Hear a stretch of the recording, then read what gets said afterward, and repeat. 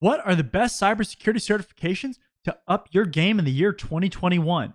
In this video, we're going to go through the top cybersecurity certifications that you should set your sights on to keep climbing that corporate ladder. But first, if this is the first time that we're meeting, welcome to my channel. My name is John Good, and here I get to spread my passion for cybersecurity training, tips and tricks, and career advice to help you go further. Remember to smash the thumbs up to like this video, hit the subscribe button and the bell icon so you don't miss future content, and make sure to leave a comment for the YouTube algorithm. If you like my training and you want more, check out my website at johngood.com to get access to training courses without distracting interruptions or advertisements. Make sure to sign up for my newsletter using the link in the description to get a free copy of my ebook on cybersecurity careers. You can also join me on the Discord server. The link is down in the description. All right, let's get into the video. Hello, everybody. As we're closing in on the end of 2020, it's time that we start to make our career plans for 2021. With that planning comes looking into security certifications that we need to aim for to keep climbing that corporate ladder. We know that 2020 has really rocked a lot of businesses and how they operate, and it's definitely going to be reflected in the certification choices that you need to make. You might have heard me say before that you need to choose certifications that you enjoy learning about, but you also need to consider what companies are actually looking for, because ultimately that's what's going to help you climb to those higher level positions. Without any more delay, let's start diving into the list of certifications. I'll also list study sources that you can use to help prepare you for any of these certifications. Starting out with the number 5 top certification, it's Security Plus from CompTIA. When it comes to cybersecurity certifications, the Security Plus is one of the most well-known certifications, especially when it comes to beginners in the field. You get to learn a lot about the basics of security, such as attacks, what encryption is, and a bunch of other useful information that's going to help you in your career. When it comes to the amount of jobs for the Security Plus, the number is crazy high, and the overall difficulty isn't that difficult for most people, honestly. If you happen to work in the government or military, you have mandates like the DoD 8570 and 8140 that actually require certain certifications related to specific jobs. A lot of people in this area are going to have the Security Plus because of those mandates. Let's go ahead and take a look at the CompTIA website for the Security Plus certification. All right, so this is the website for the CompTIA Security Plus certification. And as we scroll down here, we can see a little bit more information about it. Now, CompTIA is really known for their entry-level certifications for all kinds of IT jobs, but specifically we're talking about security. The Security Plus is a really good entry-level certification to get. You can scroll down here just to read a little bit more. Basically, what you learn about assessing the security posture of an enterprise environment. You learn about monitoring and securing hybrid environments, cloud and environments like that, mobile. You learn operating with an awareness of applicable laws and policies. And then you learn how to identify, analyze, and respond to security events and incidents. So really good information for a security analyst. If you scroll down here a little bit more, you can see a little bit more information. So things like governance, risk, and compliance. Within security, we have a bunch of different compliance requirements that we have. So the more that you know about those, the better you can help your organization. If we scroll down a little bit more, see a few different job titles: security administrator, system administrator. Now, the reason why we have regular IT jobs in here like system administrator is because these kind of roles really do well with the Security Plus. They don't need to know necessarily super in depth on certain things for security, but the Security Plus gives them that entry-level knowledge that they can use in their regular IT job. You see some different companies here that have the Security Plus certification on their staff. So Netflix, Department of Defense, Splunk, Target, etc. We scroll down here a little bit more. Currently, as of the recording of this video, there's 2 different exams that you can take. You have the 501 and the 601. Now, the difference is the age. The 501 came out in 2017. And the 601 came out in 2020, so relatively recently. As far as the exam, same amount of questions on both. They have the same type of question types, so multiple choice and performance-based, things like drag and drop, fill in the blank, and so on. And the cost is $349. Now, if we bring up Indeed, which is a job searching website, we search for Security Plus, you can see that 301,000 jobs came back. Obviously, that's probably not entirely accurate, but you do tend to have IT jobs that might list Security Plus, even though they're not security jobs. So just keep that in mind. There's a whole bunch of jobs that will list Security Plus. The 4th certification for 2021 is the OSCP, or the Offensive Security Certified Professional. This certification specifically focuses on ethical hacking and penetration testing, and you have to take the penetration testing with Kali Linux course prior to taking the exam. It's a requirement. Now, when most people hear about the OSCP, they know about the 24-hour grueling exam that you have to take in order to get certified, and then you actually have to report your findings. The big reason why the OSCP is so respected is because the only way that you're going to pass is if you learn a lot and you learn it quickly. Course material teaches you how to do the basics, so hacking things like web apps and systems, but then you actually have to do additional research in order to successfully break into some of these lab systems. Don't kid yourself on this certification. This is going to test your determination and your ability to learn on your own. These are two skills that are extremely valuable in the real world. The main reason this certification isn't higher on the list is because penetration and ethical hacking is such a small subset of security jobs out there. But honestly, any employer that sees this on your resume, they're going to be really excited. Let's go ahead and look at the OSCP webpage. Here's the website for the OSCP and specifically the penetration testing with Kali Linux course that you have to take in order to attempt the exam. So if we scroll down here, we can see that in 2020, the actual course was updated. So previously, the course focused on individual boxes. So with the update, they actually start adding in things like Active Directory attacks. So we start getting into more real life simulations that you might see if you become a penetration tester. Now, if we keep scrolling down here, again, there's a 24-hour exam for the OSCP that you have to pass. And we'll keep scrolling down a little bit more just so you can see a little bit more of the details. Now, you get 17 plus hours of video. You get a super long PDF, 850 pages, access to over 70 machines in the lab, so in the course. And what happens is when you join the course, you get access to this giant lab, and it has all these different machines that you can reset as you attack them, and you just try to break into them. And then you document all the steps that you took in order to get into a system. Keep scrolling down here, you can see the exam cost. So the OSCP is a little bit more expensive than the Security Plus. You can see this original package list up here. This is what you would sign up for when you first sign up. So if you wanted 30 days of lab access and the exam fee attempt, it'd be basically $1,000. And then if you want 60 days, basically $1,200, 90 days, $1,350. Now, what happens is, let's say you don't pass, right? Well, then you can actually get another exam voucher for $150. If you want more lab time, then you do have these other options where it's significantly less expensive than your original fee. But you have to do one of these packages first. You can't just jump right into these extension costs. Now, if we look at Indeed again for the OSCP, you have 1,104 jobs. So it's significantly less because there's a lot less penetration testing jobs out there. So just keep that in mind if you want to go down that path. It's completely cool. There's a lot of money in it, but there aren't as many jobs. I hope that you're enjoying the content in this video so far. If you are, make sure to hit the thumbs up to like this video. And if you think of any questions, let me know down in the comment section below. Also remember that this training and courses can be found on my website at johngood.com without distracting interruptions or advertisements. All right, let's get back to the content. Chances are that anybody looking into cybersecurity certifications has either come across or they've heard about the CISSP or the CISSP. As certifications go, the CISSP is considered the gold standard because it covers all the different areas in security, things like physical security, encryption, policies and procedures even. Similar to Security Plus, the CISSP is required by the DoD 8570 and 8140 mandates for certain jobs. Honestly, if you were only going to get one security certification, the CISSP is the one that I would recommend. Companies know what a CISSP means to a certain degree, and certification holders are respected in the field. The big things that frustrate people with the CISSP are, well, there's an experience requirement that even with a waiver and passing the exam, you still have to have 4 years of experience. Another thing is most people don't have a lot of experience across the different domains that the CISSP requires, and it's a very broad exam. And the last reason is the exam tends to be pretty tricky. Let's be honest. Most of us are used to solving problems with technology, but the CISSP is a managerial mindset. That means that the answer might not be a technical answer. Let's go ahead and take a look at the website. This is the website for the CISSP. So if we go ahead and scroll down here a little bit, we can start seeing more information here.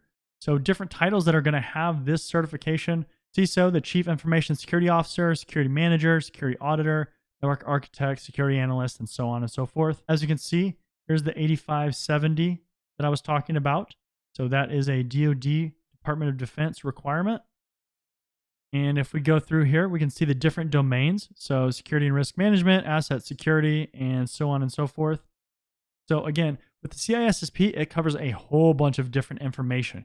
You have to be very knowledgeable about a lot of different things. So it's very broad, but you're not going to have to necessarily be very deep in each subject. But the more experience you have across the different domains, the more it's going to help you. And if we go to the Get Certified page here, now you can see the normal requirement for experience is 5 years. Okay. Now what happens is you can get waivers where you take 1 year off of that. So if you want to see the different waivers, all you got to do is go to the CISSP experience requirements and they'll show you how to get a waiver. If you don't have the experience requirement, you can still take the exam. You become an associate of ISC squared. Now, it's not always the best thing because you can't actually claim that you're a CISSP because you're not.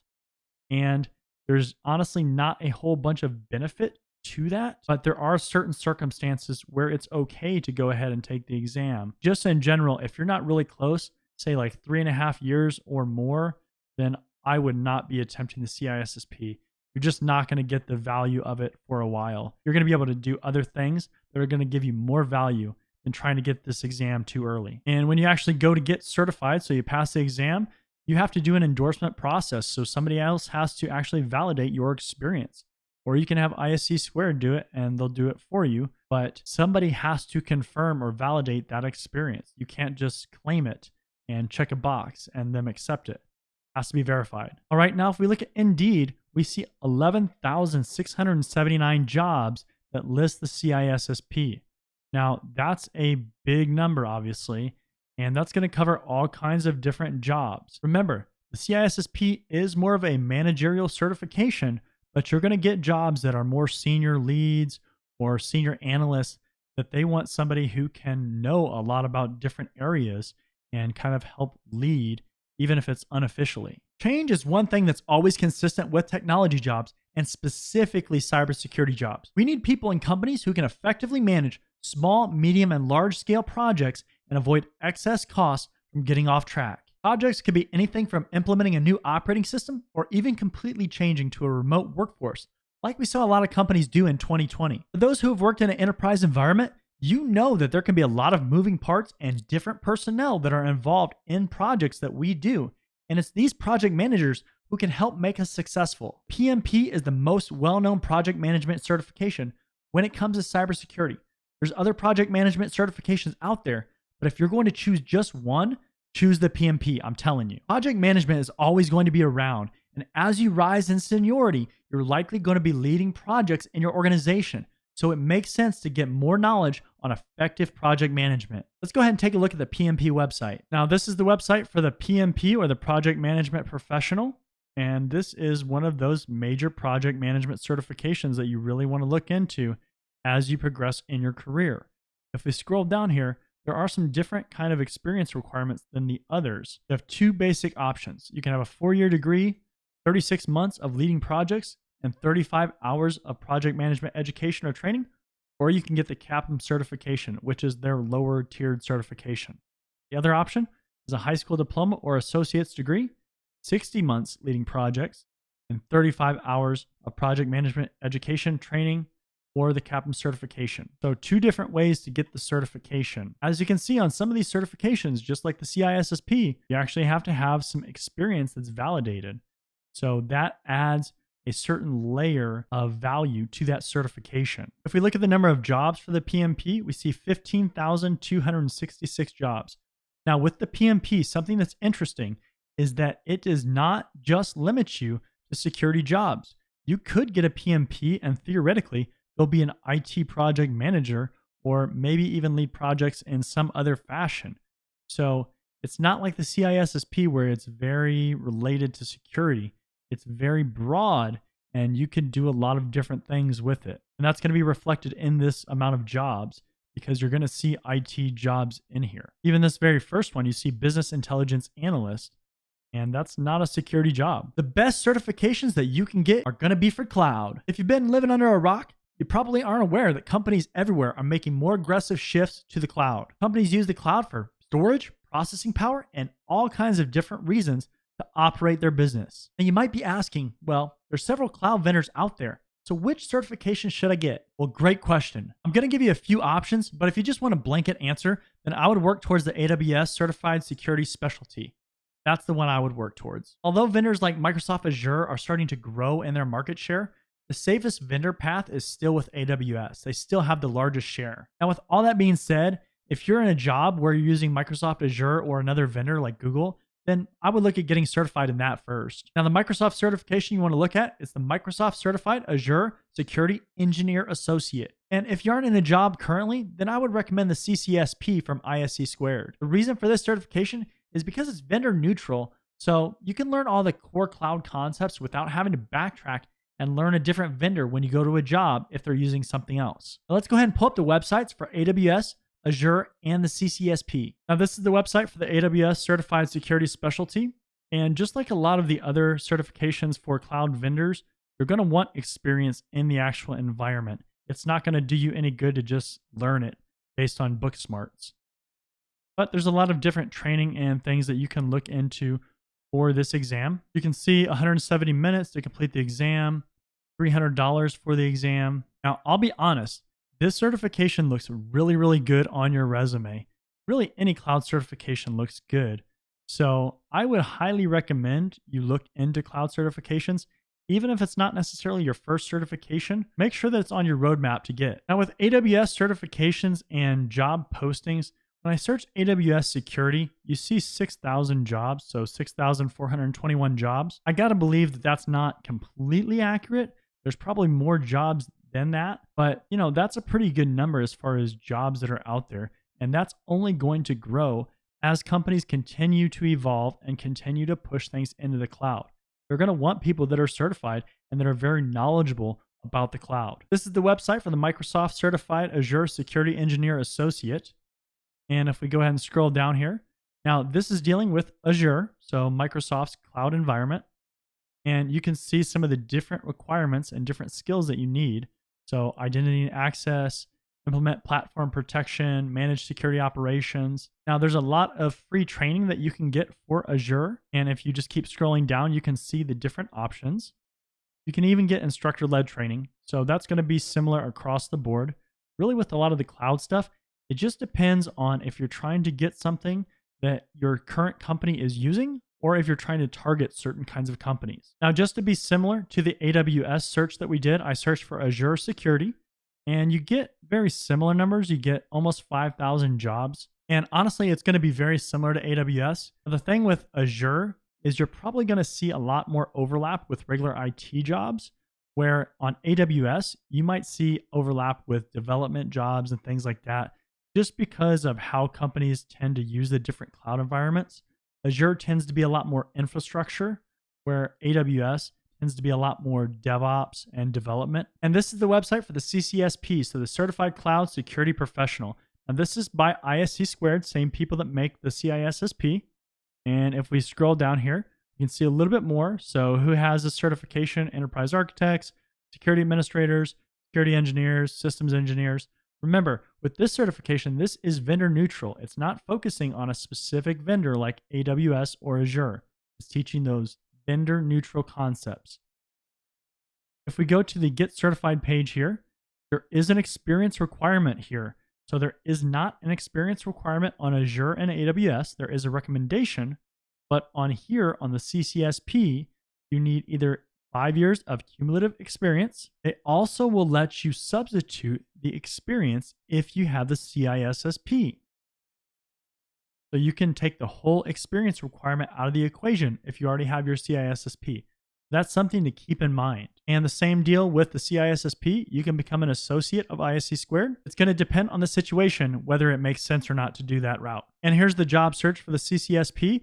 So you can see it's a lot less jobs. It's 1,264 jobs. And that's because although it's valuable to have a vendor neutral cloud certification, a lot of companies, they want specific certifications if they can get people that have them. So it really depends on your situation. So again, if you're in a company where they're using a certain cloud vendor, I would definitely get certified in that. If you're targeting specific companies, try to find out what they're using and try to get certified in that. When all else fails, The CCSP is an acceptable certification, and you're going to learn a lot of the vendor neutral information. So it does have value, but it's not going to be in as many job listings as AWS or Azure. Question of the day: which certifications are you going to get in 2021? Are they different from what I listed that you think are more valuable? Let me know down in the comment section below. In this video, we covered the best cybersecurity certifications that you need to look at for the year 2021. Remember, your certification choices should always match up with your career objectives, even if they aren't necessarily the most in demand. You want to enjoy your work and not hate it. As always, make sure to leave a like, comment, and subscribe. Check out my website at johngood.com for more training without distracting interruptions or advertisements, and I'll see you next time.